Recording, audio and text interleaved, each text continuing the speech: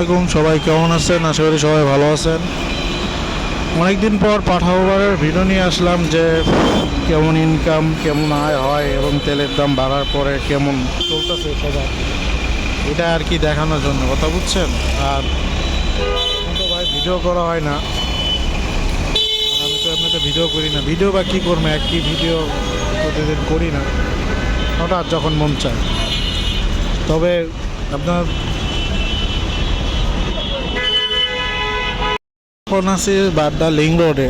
সকাল ভোরবেলা বেরোয় ভাই, আর বেরোয় মনে করেন যে আল্লাহ যতক্ষণ ভালো লাগে ততক্ষণ রাস্তায় থাকি। তো আল্লাহর মধ্যে 1000 টাকা ইনকাম করছে এই পর্যন্ত। আর আমার আগের গাড়ি সেল করে দিয়ে এই নতুন গাড়ি যেটা নিছি, নতুন গাড়ি আপডেট ভার্সন 4, হ্যাঁ এটা এই যে এই গাড়িটা নিছি আর কি। বেশি দিন হয় না, 1 মাসের মতো হয়েছে, মানে নিছি আর কি। আর এটা দিয়ে আর কি রাইড শেয়ারিং করি, মাইলেজ ভালোই যায় আল্লাহর রহমতে।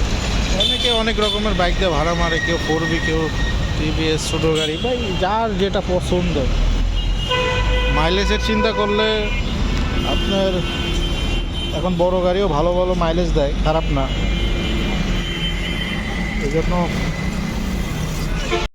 আমি এখন আছি ভাই লিং রোড থেকে আসছি ধানমন্ডি জিগাতলা বাস স্ট্যান্ডে। 200 টাকায় আসছি ভাই। তো দেখেন, টাকা কামানো তো সোজা না ভাই।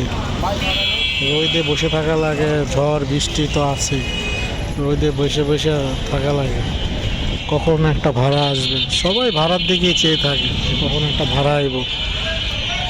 ভাই টাকা কামানো তো সোজা না ভাই, যে আপনি গাড়ি নিয়ে আসবেন আর এটা ভাড়া হয়ে যাবে, ব্যাপারটা ওরকম। আমরা রোদের পিছিয়ে বসে আছি, আমাদের মাথার উপর ছাদ নাই বা ছাতা কিছুই নাই, রোদে বসে থাকি ভাই, ঘন্টার পর ঘন্টা বসে থাকা লাগে যে কখন একটা প্যাসেঞ্জার আসবে বা একটা ভাড়া আসবে। এইভাবেই ভাই আমাদের দিন চলে, যে এইভাবেই দিন চলে যে কখন কে কোথায় যাবে, কে কত টাকা ইনকাম করবে। এত সোজা না ভাই, গায়ের চামড়া কালো করে টাকা ইনকাম করতে হয়, পরিশ্রম আছে ভাই। আর এখন তো অনেক বাইক বেড়ে গেছে, এখন এটা আরও কঠিন হয়ে দাঁড়াইছে। তো যাই হোক, রেজিকের মালিক আল্লাহ ভাই, সব কিছু করার মালিক আল্লাহ। আমার ভিডিওটা ভালো লাগলে লাইক করবেন, আর কিছু জানা থাকলে কমেন্ট করবেন, আর আমার নাম্বার দেওয়া থাকবে, এটাতে ফোন দিবেন অবশ্যই। আমি যতটুকু পারি আপনাদের হেল্প করবো ভাই, উপকার করার চেষ্টা করব। আমার ভিডিওতে আমি হয়তো আপনাদের সব কিছু দেখাতে পারি না ভিডিওতে, কারণ কি